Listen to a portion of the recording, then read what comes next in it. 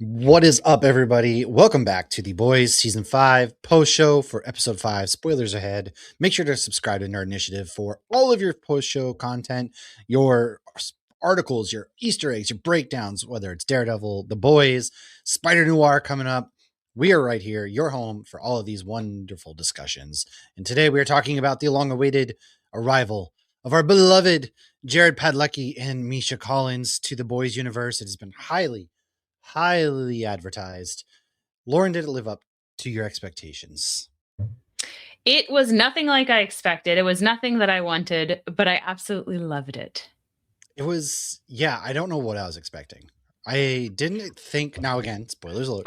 I was going to say, definitely spoilers. I didn't think that they would be surviving. I thought they'd be dying, but I definitely thought Misha was going to die more violently when Jared was the one that got like the brutally murdered death. Yeah, I definitely expected Misha to explode. I think we all did, but I feel like they intentionally did that to throw us off because Misha exploded more than once in Supernatural. So everyone was like, oh, Kripke's going to explode him again. And I won't say what character he plays in the show Timeless, which is another Eric Kripke show, but Kripke does kill him in that too. So he's now 3 for 3 that I know of. Who knows? Maybe he was in something else too. But I wish we had gotten a little bit more Misha, but I was happy with the amount of Jared that we got. But it would have been nice to have that. But so that was actually, so this is one shots. And so I loved how they did it where we got, focus on different characters. So should we break down the other ones that come before that? And then we can deep dive into Soldier Boy? So this episode basically is, we got Homelander and we have, we started with Firecracker. Yes, so it is 5 separate episodes. We've got Firecracker, we've got Noir, with Terror, Sage, and Soldier Boy. Sage, yes. So why don't you kick us off? So we start out with Firecracker. She clearly has reservations over the Democratic Church of America. And her old reverend, who has nothing but kindness towards her, shows up and he's asking her for help with the church is struggling. He doesn't want to do this. And she's like, why don't you just pay the fee to join the Democratic Church of America? He's like, we can barely keep the lights on kind of situation. And apparently, she did not have a great childhood. And he was always there for her. They had fish fried Fridays and provided warm. Sometimes it was the only warm meal she got that week. She ends up selling him out on Vought News with a tear in her eye. Is she crying for him or for the soul she just sold? We don't know. Right after that, she basically makes the official decision to toss her toy Jesus. And I think that was the opposite of what you want to do before you die. It's on your deathbed, you're supposed to accept Christ into your heart. And she literally threw him in the garbage. This tough. Yeah. She's very religious. And now she kind of was not really buying into, the Homelander as God thing or Jesus, and she really struggles. I thought it was, pretty interesting. We got to see her out of her costume. She met up with her pastor. He's over here and they have a real human moment between the two of them. And it was, you do feel bad for her, as horrible as a person as she is. It was, okay. Thank you. I'm glad I'm not. So when I had texted you originally, I was like, wow, there's a death coming, because I watched it before you had gotten a chance to sit down and watch it. And I was like, man, this is tough, because there's definitely going to be a death that I'm on the fence about. And now, fast forward to the end of the episode, she's apologizing to Homelander, basically. Which she said everything right. She absolutely said everything right. I just think Homelander was jealous because she was sleeping with Soldier Boy, obviously, to kind of get back at him. And then she wasn't producing milk. And so he spiked her head onto a statue. And I didn't think she would die. And so when she died, I was shocked. That death shocked me. And then also I felt bad for her in a weird kind of you made your own bed, now lie in it, but also she was in so deep and she was starting to have some reservations, and it was very weirdly feeling. I think that death really got me. Yeah, well, she was doing everything for Homelander, and that was the one thing that wasn't easy for her to do for him, was to give up Jesus and her beliefs that were ingrained into her from childhood. And so that was, I feel the one line she didn't think she'd ever have to cross, and he was forcing her to cross it, and she was finally okay, I'm on board. And he was like, too late, you're not a true believer. He only wants true believers. I think he would have forgiven the Soldier Boy thing. I don't think he really cared because he never wanted to sleep with her. So I don't Fair. think that it was Soldier Boy did it because he was irritated with Homelander and to get at him. But I think that she just did it because I mean, who wouldn't want to? And I think that he didn't really care because he wasn't attracted to her. And he Yeah, even so said, you really do think it was the true believer part, and he knew she was I kind of do. lying about it? Yeah. I do. Yeah. But I mean, for a second, I thought she had redeemed herself because she truly did say everything. And I think she started to believe everything that she was saying and then just let freedom ring right into the eagle, man. Firecracker Oh, went out on the eagle. And that then she's was still poetic. alive for a little bit. Oy. Yeah, yeah, it was poetic. So we get that. We get Terror, man, little Terror just Oh, but going next at is it. Black Noir. Next Oh, we have sorry, Black you're Noir. going You're in order. skipping You're ahead. right. My I am going in apologies. order, yes. I liked Black Noirs because he's a guy. He's going out there on Broadway. It was kind of his thing. He's getting his first big break, and lo and behold, there's a very familiar face who is the Broadway director for this one, who directed, A Train's movie. He got kind of cast Which A aside Train's by a movie, lot. they insured. They got rid of it. They Yeah, cashed out on the insurance. We never got to see Will Ferrell be A Train's fake coach. no, Training A Train. His white savior moment. Yes, and I forget the director's name. Did you write that down? Adam. Yes, Adam. So, but Adam kind of you see Black Noir doing this in secret of sorts, and then Adam really tells him like, we just got to really stick it to those guys and gives him this big pep talk. When he doesn't know who he is, and like they're both talking about the deep, but Yeah. Adam doesn't know that Noir is also talking about the deep. Yes.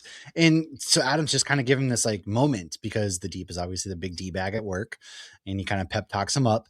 And so unfortunately And for Adam, though, he gets an eel up his ass. well, because Noir steps up and I loved it because he's like, oh, Father was there. And he's like, hey, you can heal me on stage and I can fly and it'll be great. And he's like, oh, these are great ideas. And Deep like wants to upstage everybody except Homelander, but he always Right. wants to be like the best, the number one. And so he's all pissed that Noir's like upstaging him because to him, he's been on the Seven longer. He's the only member of the Seven that's still there other than Homelander from the beginning. Beta male, bro. He really, I effing hate his character so much. Shout out to Chase there because like, oh my God, I hate him so much because he is just a stupid, pathetic piece of garbage that, Homelander, yeah. And he's so quick to be like, what did he say about Soldier Boy when he thought he died? I don't remember what it was, but yeah. He's, of course, Homelander's not having it. He's like, oh yeah, of course, sir. But yeah, he's figured out a way to survive this long. I just think it's because Homelander does not care and forgets he exists half the time. I think he just doesn't see him as a threat at all. He just thinks he's too goofy and he'll do whatever he says. But he was irritated with him last season. Remember when he told him to suck A Train's you know what? And he just wanted to see if he would do it. And he was gonna do it. He was gonna do it. I think that's why he does it, because of that blind loyalty. Because you always need that one person who's not a threat, who's gonna do whatever you say. And that's kind of the deep. So right. But I also feel like it's like a little sibling, older sibling thing. Like, well, I can't do this back to Homelander, so I'm going to do it to Noir because you're newer. Exactly. So you're like the little brother. And so he ends up poor Adam gets the eel up the ass, and that's the end of Noir's little Broadway career. Words or my ass hurts so much or something. Yeah. So Terror. The Terror one was adorable. I like Terror. We're seeing through the eyes of Terror. Everybody is speculating Terror is going to die because, spoiler alert, 3, 2, 1, he dies in the comics. Yes, Jack from Jupiter kills him. Yes, and so instead, Terror is like going to town on the little Homelander doll, and Annie's like, "This is squeak, squeak, squeak." It's hilarious. It's just the eyes through the dog, and his little Homelander doll gets taken to go get washed. Butcher's like, "Oi, don't watch that! Come on, let him do his thing." And then there's like, Terror gets into the trash, eats a bunch of chocolate, starts to die, and you're like, oh, this is it. But then Huey gets some charcoal and gives it to Terror, and Terror ends up living. He uses hydrogen peroxide. Yeah, they said charcoal should work, but they didn't have charcoal, so they make peroxide makes you throw up. Yeah, I've had to do that before with my dogs, so it's normal. They've gotten into stuff, and I had to do it with Blanco, my old dog, especially when he would get like eat socks or something, and they would kind of anyways. But Huey saves him, and him and Butcher kind of have like this moment of like their friendship, their brotherhood, kind of, for just that little moment where they don't hate each other. Yes. And it is kind of sweet there for a moment. Like the Terror one, obviously the Homelander thing was hilarious and phenomenal. But yeah, this whole Terror one was truly, truly sweet because first we saw Frenchie look adoringly at Kimiko. playing Yeah. with terror. And then, yeah, so like Huey's just like, where Butcher has no heart anymore. He's just done with him. And then he sees him with terror and he's like, there's his heart, there's his There's still emotions. some humanity there. Yeah. Yeah. And then Butcher hasn't really looked at Huey like Lenny lately. And then you see him, he's like, Huey's looking at Butcher lovingly. Butcher looks back and then he looks at the trophy that was Lenny's that he stole when he murdered his dad. And then he looks back at Huey and he's like, if we have any V1 left over, I'll basically make sure the girls Yeah. get some.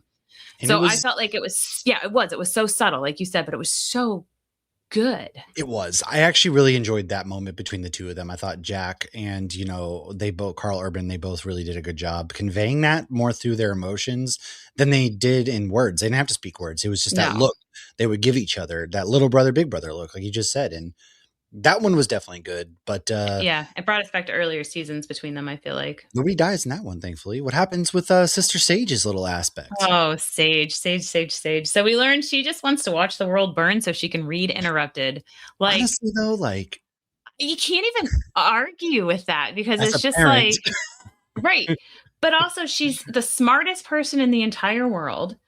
And she just wants to enjoy the simple things and nobody will listen to her. She could stop. She's even said that. She's like, I could stop global warming. I could save her. She could cure cancer. She did cure cancer or whatever her grandmother had. She cured it, but they wouldn't give her the resources to do it. She was raised by her grandparents because her parents or her grandmother, because her parents just were annoyed with her because, a 3-year-old correcting grammar is so obnoxious, but she just wants to watch the world burn. You actually do feel bad for her too in that regard, because when she's talking about, do you know how hard it is? Like your parents, you feel bad about her upbringing, not the choices that she has made as far as her adulthood. F's to give. It's like it's very selfish. Cracker feet. I love Sage, and I definitely see where she's coming from, and it's phenomenal. But she is like through and through, like I feel like a villain, and I don't see how she's a villain that I don't know how she could be redeemed because I don't think she cares. I don't think she's going to be redeemed because, like you said, she doesn't care. She's in it for herself. It's only pure because basically she's turning on. Did we get through that? I can't remember. No. Nah, never. Well, yeah. So why don't we're at 12? All right, cool. 11:50. So. Anyways, yeah, she's basically too smart, all that kind of stuff. And that leads us to the long-awaited now Soldier Boy and going, because Mr. Marathon apparently is a big collector and big Vought guy, was in the 7 very briefly, failed out. Right. And everybody's looking for Bomb Sight. And so that was what was going on. Remember, the boys figured out that they think that Bomb Sight's the one that took the vial from King of Hell episode. Not Butcher. So Butcher and them have they're trying to find out where Bomb Sight is. Meanwhile, Soldier Boy and Homelander have no idea. So what they did though was they're trying to do the research. It's not going great to try to create the V1, but they go to Stan Edgar and Soldier Boy is like, let me have a crack at him. Because remember, he's known Stan Edgar for decades. Like he knew him back in the 80s and all that. And so he's like, look, I found out where Zoe and Samir are. You give us some sort of lead or, I'm basically going to take you out. So that's what he did. So Soldier Boy is he's smart. He's like a detective. He's got those detective skills. What I find interesting though is I wonder. He's very underrated in how resourceful he is, actually. I don't think we really ever see that enough it's always very subtle. It is. We don't see it enough in The Boys with him anyways, because it's more about like macho and all of his other stuff, but he really is smart. One-liners are so funny. It's like those get overshadowed. But I think that's what I love about the show so much. And I think that's what some people are like kind of breezing over with the show, that they're so quick to be dismissive. Oh, it's not as good as this, not as good as that. Dude, take it for what it is. Sometimes you just have to sit back and laugh because this show is hilarious. Is it dark because it's resembling a lot of what's going on in our actual society? Yes. But you know what? If, like Jimmy Buffett said, if we couldn't laugh, we would all go insane. But you pick up on those little things, and all of these characters have such different skill sets and such good skill sets, or they wouldn't be in this today. Exactly. So Stan Edgar is like, you're going to want to talk to Mr. Marathon. That's where you're going to want to go. He might be able to have a lead because he's the fastest dealer around, and he might be able to have a lead on the V1. And he says, what a delightful reunion it will be. And he's looking at Homelander because he knows that Mr. Marathon's probably still pissed him for kicking him off the 7. But of course, they're advertising it as the reunion of Supernatural. Of course, because when you get there, there's a nice little poker game going on. First of all, after the walk through the woods where there's some uggos, of course. And That was King of Hell. Oh, you're right. I'm sorry. They were walking there. My fault. Sorry. Apologies. See, when you You're watch them good. all, they call me. But no, you are correct. So they get there. There is a fun with Craig Robinson, Kamali. I cannot pronounce his last name. Just the guy from Eternals, Christopher you Mintz know. Platt and Seth Rogen, and they're playing poker in the basement of Mr. Marathon's Will house. Forte, yeah. Yeah, they're all like, "Oh my god, Poor Craig our Nielsen's job, in the we're out of bathroom. jobs, like we're out of acting jobs and all that stuff because of the VOTs." And it's just hilarious. So when But then the one guy, what McLovin is like, he wants to throw Michael Cera under the bus and send him to a yeah, freedom camp because he's up for like the same role as him.